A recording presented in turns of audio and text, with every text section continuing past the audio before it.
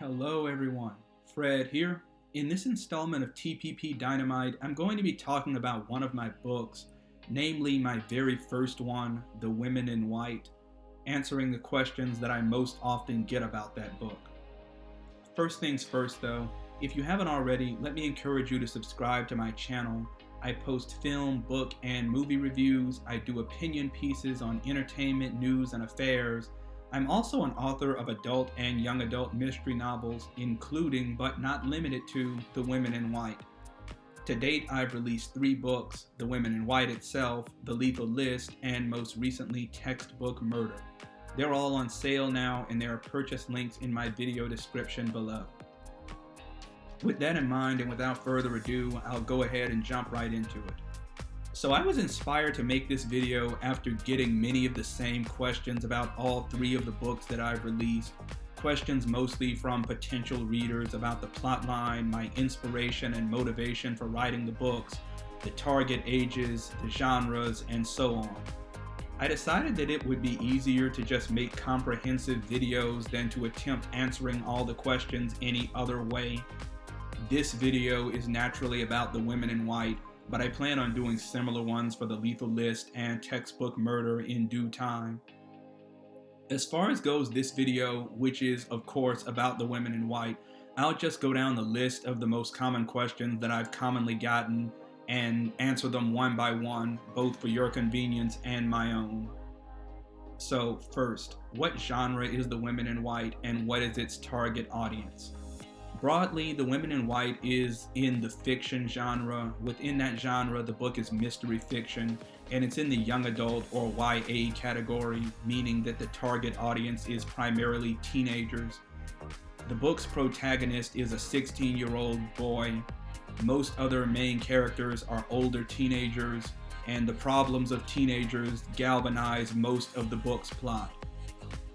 The official target reading age is between 13 and 19. Nevertheless, I wrote The Women in White so that it could be enjoyed by new adults and older adults also.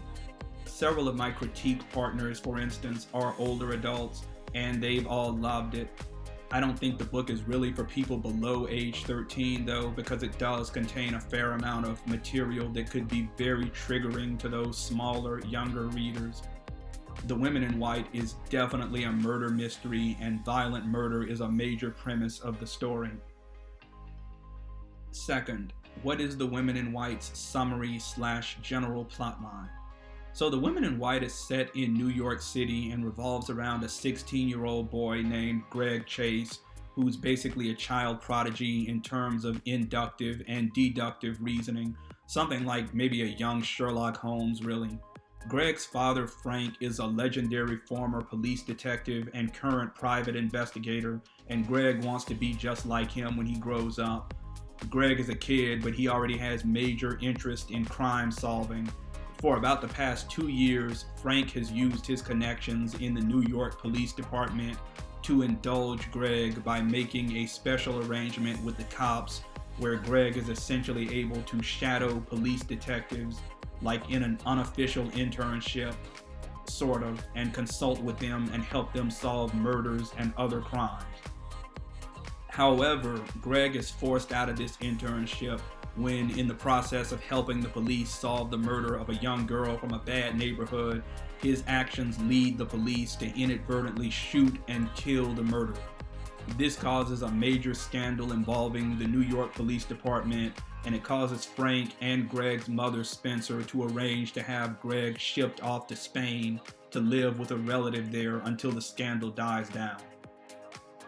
Greg comes back to New York months later and returns to school, relatively bitter about being unable to continue his favorite hobby, pretty much, of consulting with the police. When he gets back to school, he quickly becomes attracted to a new girl there, a deviant gothic loner named Mel. Mel recently transferred to New York City from Buffalo, though hardly anyone there knows about that other part of her life. Greg and Mel quickly make a connection, they start dating each other, and then Greg finds out that Mel's entire withdrawn and mysterious personality hides a very dark secret. which is that she actually left Buffalo and moved to New York because she was trying to flee from the stigma of being a murder suspect there. Mel was the prime suspect in the violent murder of her ex-best friend, a girl named Giselle Gilbert, in Buffalo, and Mel only escaped prosecution for that murder on the basis of a technicality at the time. Greg, who's grown close to Mel and who's come to believe that she's innocent, and who's also honestly unable to resist a chance to get into solving a mystery, sets out single-handedly to prove that Mel did not kill Giselle.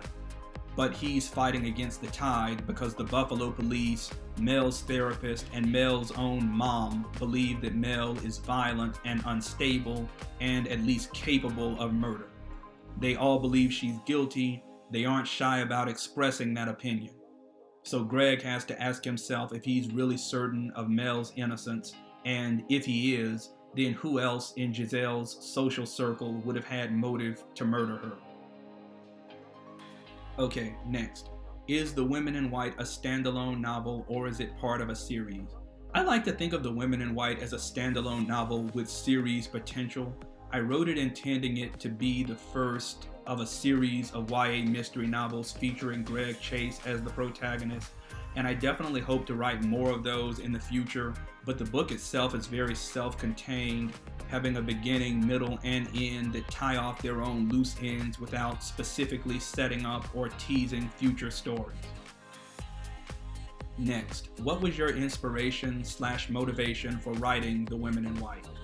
I grew up reading plenty of mystery fiction, young adult novels. The Hardy Boys and Nancy Drew were amongst the kind that I read when I was a kid. I think those stories may even have been my first introduction to the world of mystery fiction. So naturally, when I grew older and got serious about writing mystery fiction myself, I felt almost compelled to write a story that would pay homage to those stories that first piqued my interest in that business. I decided pretty fast that for my first time out, I would do a novel paying homage more so to Hardy Boys than Nancy Drew, just because I felt more comfortable writing male protagonists than I did female protagonists at the time. I also decided pretty fast that I wasn't going to do multiple main protagonists like there are in Hardy Boys, just because, again, it was a matter of comfort. I felt more at ease writing singular protagonists in a singular point of view at that time than writing multiple points of view for multiple characters. Of course, both Hardy Boys and Nancy Drew are written for middle grade readers, and I am not a middle grade writer. So I chose to write my own book for a YA audience, which that's the lowest age range at which I do write. So though Women in White does primarily involve older teenagers like those Hardy Boys or Nancy Drew stories, the dialogue, the characters, and the general situations in Women in White are presented with far more maturity and complexity than they would be in more middle grade mystery stories like, indeed, Hardy Boys or Nancy Drew. The Women in White's central mystery, which involves two violent cold case murders, is significantly maturer and more complex also. Honestly, I got the idea for Women in White's mystery in part from crime fiction shows like True Detective, which really should tell you something about the maturity and complexity of the content of the book. Next, how was The Women in White published? I published The Women in White myself in November 2020 at the height of COVID, using my own business to do it. I had complicated and emotional reasons for doing things the way that I did them. I don't want to get off into the rabbit trail about all of that right now, but I might someday. So, yeah. And finally, how can someone purchase copies of The Women in White? Right now, the best way to get The Women in White is most probably to buy it online. It's easily accessible on Amazon in particular, and there's a link for it in my video description below. I did formerly have limited arrangements with bookstores like Books A Million and Barnes & Noble regarding how copies of the book could be purchased through those outlets, but I'm not sure how available Women in White is there anymore. As I said, this book was published back in 2020, so it's relatively old now. I also give away free EPUB copies of The Women in White to those who go to my author website and sign up for my mailing list. which, yeah, that's most definitely a shameless plug for you guys to do that. There's also a link to my author website in my description below in case you were wondering. Okay, so that's all from me this time around.